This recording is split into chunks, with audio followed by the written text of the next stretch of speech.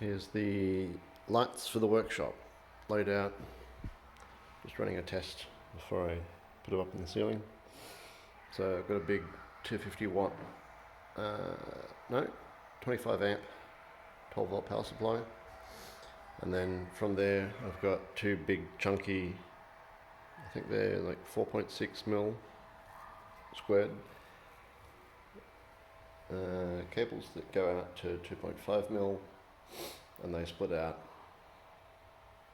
using these spade connectors everywhere to join everything up. So I'm injecting 12 volts at each end of each string, and I've got a 1 volt sag at the center of each string. I think that's fine.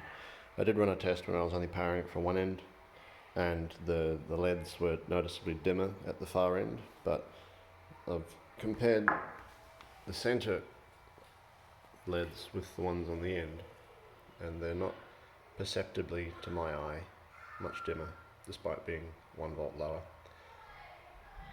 Maybe very slightly. I did make up another harness to do mid injection on them, but hopefully I don't need to use that, because it does mean to have to drill another 5 holes across the center line, which I'd rather avoid.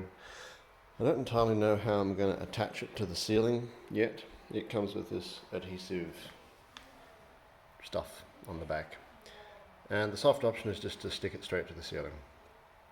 And I don't know, because these get a bit warm and heat cycles and everything, and I'm worried they'll just peel off after a while, and also worried that it'll pull the paint off. But don't know, I think I might go with the double stick adhesive stuff that's already on them, and if they start to come off, then I'll look at some other mechanism to hold them up. But should look good. Okay, bye.